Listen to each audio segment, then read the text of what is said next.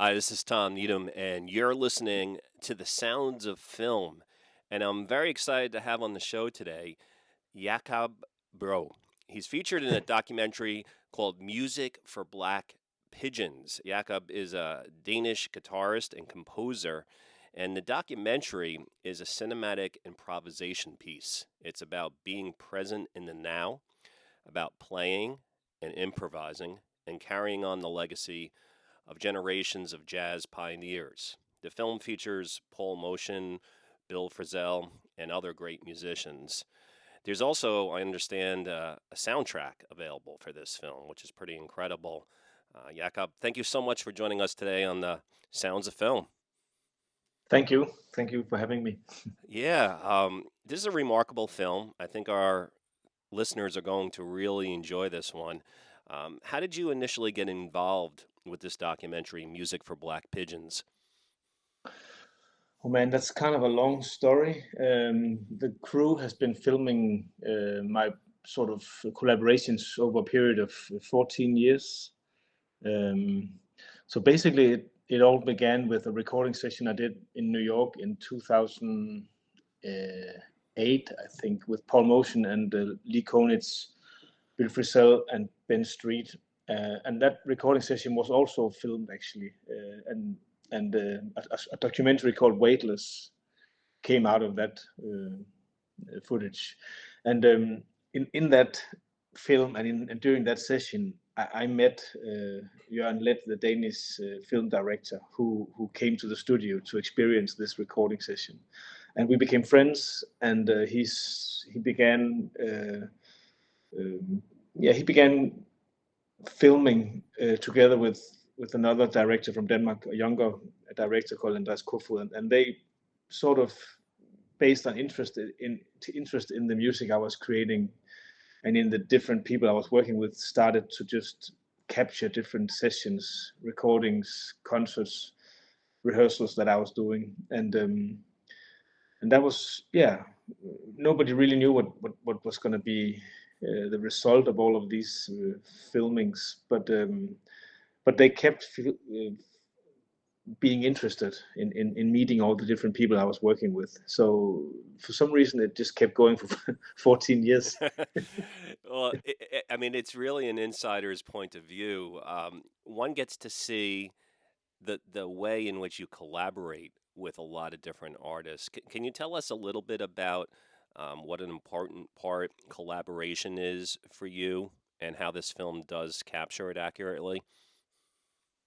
Yeah, I mean, basically for me, I mean, I'm very interested in uh, like there's a lot of preparation going before me going into the studio or before I go up on stage and play a concert. But once the music starts playing, whether in the studio or in a concert hall, um, I like the music to have and the musicians to have complete freedom, basically.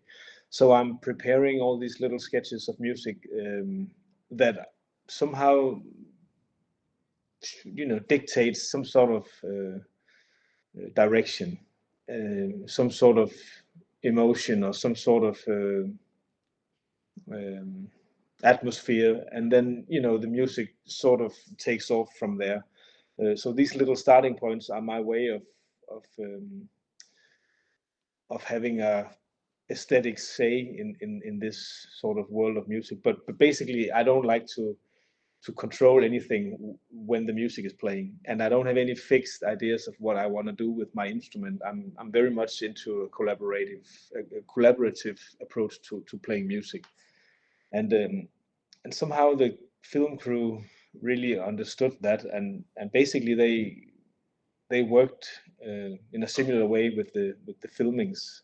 Uh, there was no room for ego. Basically, it was all about letting go and just like let's see where this takes us somehow. One of the things that Bill Frisell mentions is that in jazz, there's really no differences between musicians who are young or old or from different backgrounds, that it's really just about the music. Can Hmm. can you elaborate on that just a little bit more? Yeah, I think that's, I mean, one of the many, many beautiful things about music is that we can, you can meet people from different cultures, different backgrounds, and we all bring in different things to the music. The first session that was filmed in music for Black Pigeons, I think at that time I must have been late 20s or early 30s or something. And at that time, both Paul Motion and Lee Konitz were getting close to 80. My background was, I grew up with jazz music because my father loved that style of music, but also I grew up with Danish folk tradition, lullabies you hear when you're a kid, the nature you surround yourself with. Very, very different than like coming from Denmark than coming from New York or coming from other parts of the world. And in that sort of meeting with cultures, different age groups, etc., then a lot of interesting things happening because the communication is so clean and direct when it comes to music. There's no there's nothing. We all speak together in a very sort of direct and clear way. So I really enjoy that a lot.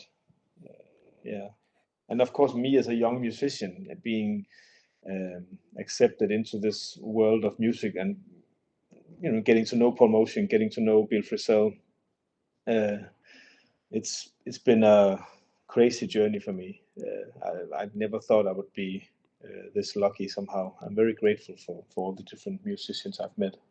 Well, it seems like everyone expresses gratitude for being able to have jazz music be the thing in their life. One of the things that you get to get a sense of is that not, I can't speak for everyone in the film, but it seems Mm, like there's um, various levels of financial success that people achieve, but that mm, that's not necessarily what it's really about for everybody. That there are rewards in terms of working with good people and creating art and getting to see the world that a career in music provides that just other kinds of careers don't. Um, mm. and I feel like this film does a really great job of showing a little bit of that life of what it's like to be a jazz musician and seeing some of the rewards and some of the challenges. Yeah, I mean it's definitely a community, and it's music for all the people in the film and everybody that I've played with. Music comes first always.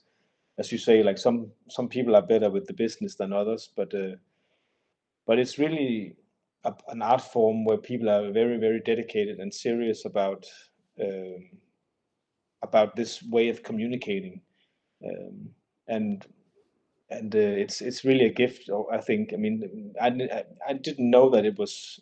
I knew it was a gift, of course, entering this world, but I didn't know that it was this big somehow. There's something very beautiful about being able to reflect on the experiences you have in life and have them come out in your music. So yeah, I'm really, as you say, like the cast in the film. It's all they are all incredible human beings, and then of course they are all incredible musicians. I've learned a lot on all levels, I think, from hanging with them.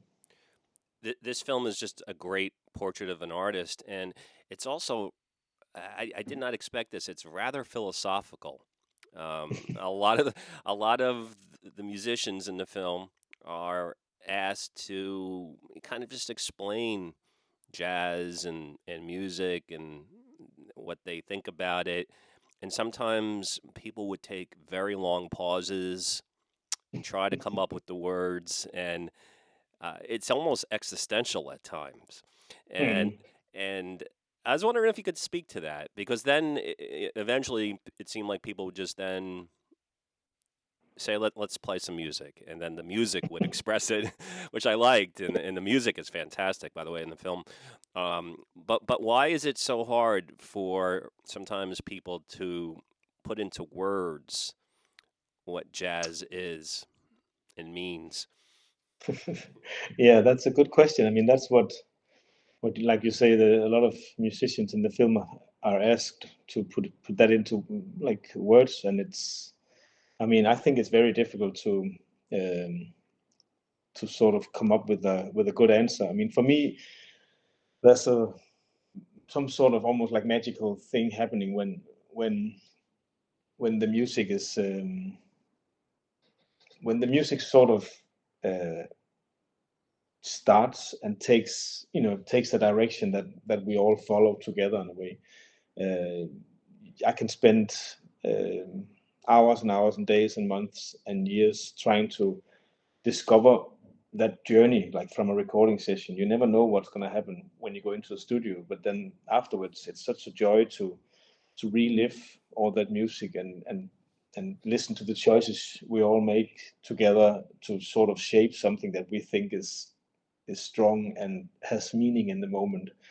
So it's like yeah, but I mean, as you say, some of the musicians, like Thomas Morgan, for instance, I think his pause is like almost 2 minutes long, Yeah. and but that's also like a general sort of thing for Thomas. He really takes his time, but then at the same time, he's an incredible like he what he says about music and how it's a meditation for him, how he goes into this space where he's trying to both uh, sort of create like he's trying to, like he says this, he wants to get to a point where the music plays itself, and sometimes that takes effort in terms of restoring balance to the music by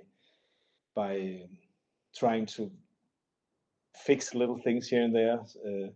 I think the general approach is that we all want to get to the point where we don't have to think about anything really. Um, yeah, but I mean, as you say, it's like existential. The movie is about life more than it's about music itself, I think. As you also started out by saying, we all sort of belong to this sort of family of sound, family of musicians. That there's so many people that came before us who began this journey, and we all sort of built on that. Um, some of the musicians from the film passed away before it even was released, and but they still live on, of course, in the movie, but also in the music they created, and that's like a very beautiful thing, I think, in life in general. Like we all connected in a way, and I think the music and this film somehow resembles that. It's mentioned in the movie, but I don't think it's giving too much away. The title of the film, Hmm. Music for Black Pigeons. Can you give our listeners a little sense of Yeah, what the title means? I think like as you asked, what the like the age difference and the cultural difference, and etc. The meeting of all these different sort of approaches to music, and one of the meetings in the film is Lee Konitz, the older saxophone player or legend, basically Lee Konitz, who played with Miles Davis and who he was playing with everybody, and then me as a young Danish composer musician bringing in some very very easy material. I found like a way of composing that I liked, and he trusted me, and he went into my sort of world of music and explored that with me, which was a great gift, of course, for me. Um, but while he did that, and while he was attracted to this approach of writing, he was also in doubt about it, and he was constantly questioning it. Uh, so we were talking about what kind of music it was, and he was especially talking about it, both in the recording studio, also when we were on the road. And basically, Lee Konitz, he wanted to play all the things you are. He wanted to play Honeysuckle Rose, um, and I kept telling him, you can do that tomorrow, but today we do these songs. And then after the session, he started calling me, and he would be like asking me questions about what I was rehearsing and what is this music. And one day, like I'm getting to the point now, one day he called me up, and he was saying that he had a sort of epiphany. He was sitting in his kitchen, and there was a black pigeon sitting in his window sill, listening to and he was listening to the record we just did together, and the pigeon was there for the entire album. And once the last song ended, the pigeon flew away. So Konitz was like, I guess it's music for Black Pigeons. And then he started laughing and he hung up on me. That's So great. I- yeah. Have you noticed through the years, or I don't know if you've researched it, do you think that animals or birds, I mean, can they appreciate music, and do they have preferences? I don't know. It's just a weird question, but I was curious. Um, that's a very good question. I have no idea, but um, I think they do. I mean, I had an experience in Japan one time. I was playing a solo concert. It was by the sea, and there was so many birds, and I definitely felt like there was some sort of connection when I was playing, and they started singing. And but I mean, it can be just in my mind. Who knows? Yeah. You're a composer besides a player, and I was wondering if you could explain a little bit. I mean, composers of certain kinds of music write music to be performed exactly in a certain way. And I was Hmm. wondering if you could speak a little bit about what it's like to compose music that you know is going to be performed in the style of jazz, where there's so much Hmm. improvisation. Is it ever hard for you to kind of like give it up and let people maybe take it in directions that you didn't expect, or is it just um, or are you just hoping that with the right musicians they can take it to someplace unique? Like, how does it work in terms of composition when you're writing something that you know will be played by jazz musicians? Um, I think I mean, it's a good question. I mean, a lot of my like, um, it's like arranging is also a part of composing. Mm, So many times when I'm composing music, I'm doing it for specific people. Um, and I and one thing I find interesting is finding the right balance between written material and improvised material. Um, so I'm constantly sort of exploring that place. Um, like I do recordings where it's completely improvised. I also have recordings where I bring in more written stuff, and I think for me, um, finding that balance is what makes me gives me like the output that that people will say, okay, that's Jakob's music. That's you try to find your voice, of course, as a musician and a composer, and it can take your whole life. But I really enjoy the feeling of finding like little things that I can, you know, I imagine this little thing that I wrote on the piano can turn into like a whole journey of music, basically.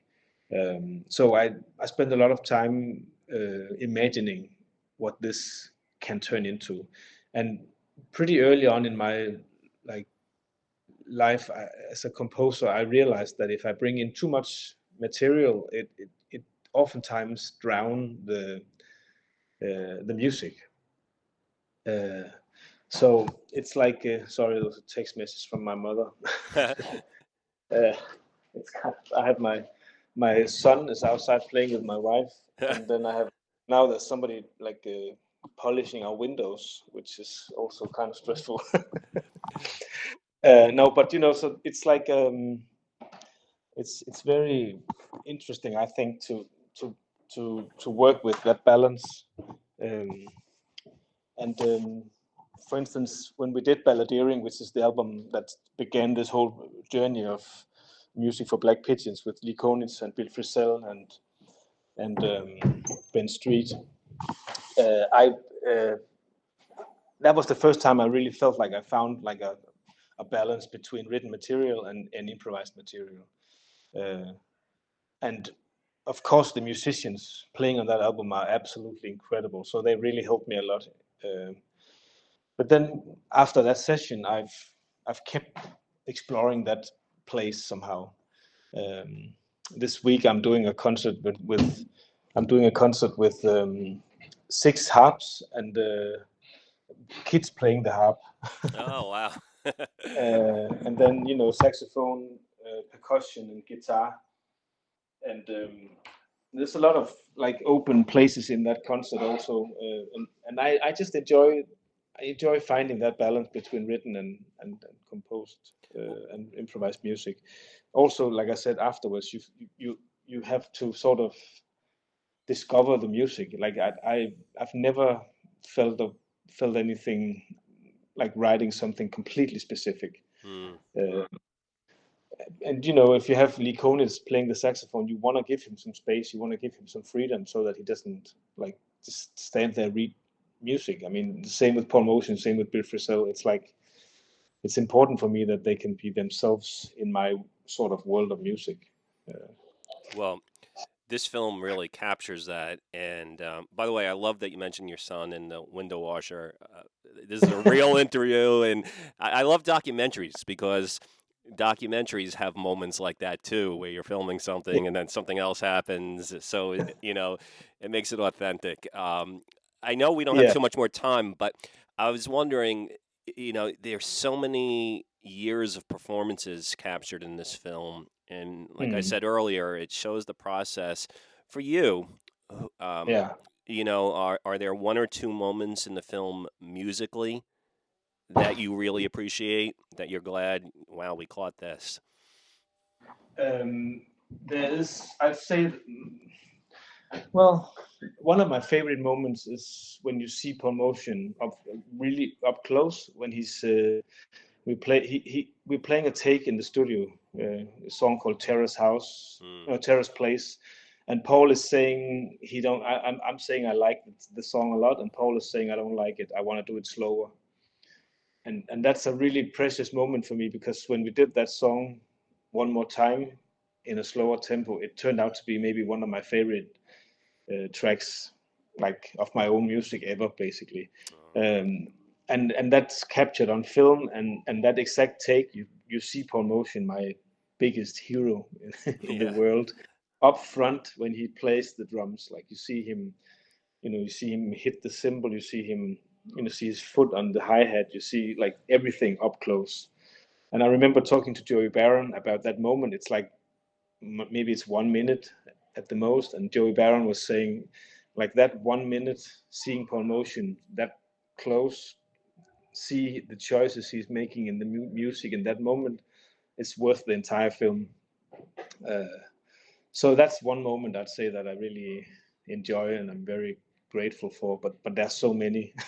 I, yeah, I love all the musicians in the film, and when I watched the film, I can't believe that all of these people trusted me to collaborate, and they went into my different musical like they all went into my musical world and said, okay, just like we will do whatever you want. We're gonna give you what we can do to sort of color your music. And yeah, I think that's something I will always be grateful for. it's so amazing. And I'm grateful that it's all captured on film and that I understand, I haven't heard it yet, but I understand that there is a soundtrack Oh yeah. album. Can you tell us about that really quickly before we say goodbye? Yeah, that's we did a double vinyl with all the music from the film basically. We just felt like it was basically a lot of people were asking like where can we get the music from the film, and I kept telling them, well, there's some on that record and one song on that album, and you can find some on Spotify, and but then there's also a lot of takes that are not on albums. So at the end I was like, man, let's do a soundtrack, like a real motion picture soundtrack. And due to all kinds of like rights stuff, we couldn't put it out digitally, but it's available on double vinyl, and you can. It's really, yeah, it's a really really nice product. And I think you have, can you give our listeners a place to go online where they can, if they're interested in learning about the album and also your other work, do you have a place like a website or something Yeah, like that? yeah. you can just go to like jakobbro.com, JAKOBBRO.com, and then there's a shop and there's all kinds of video material.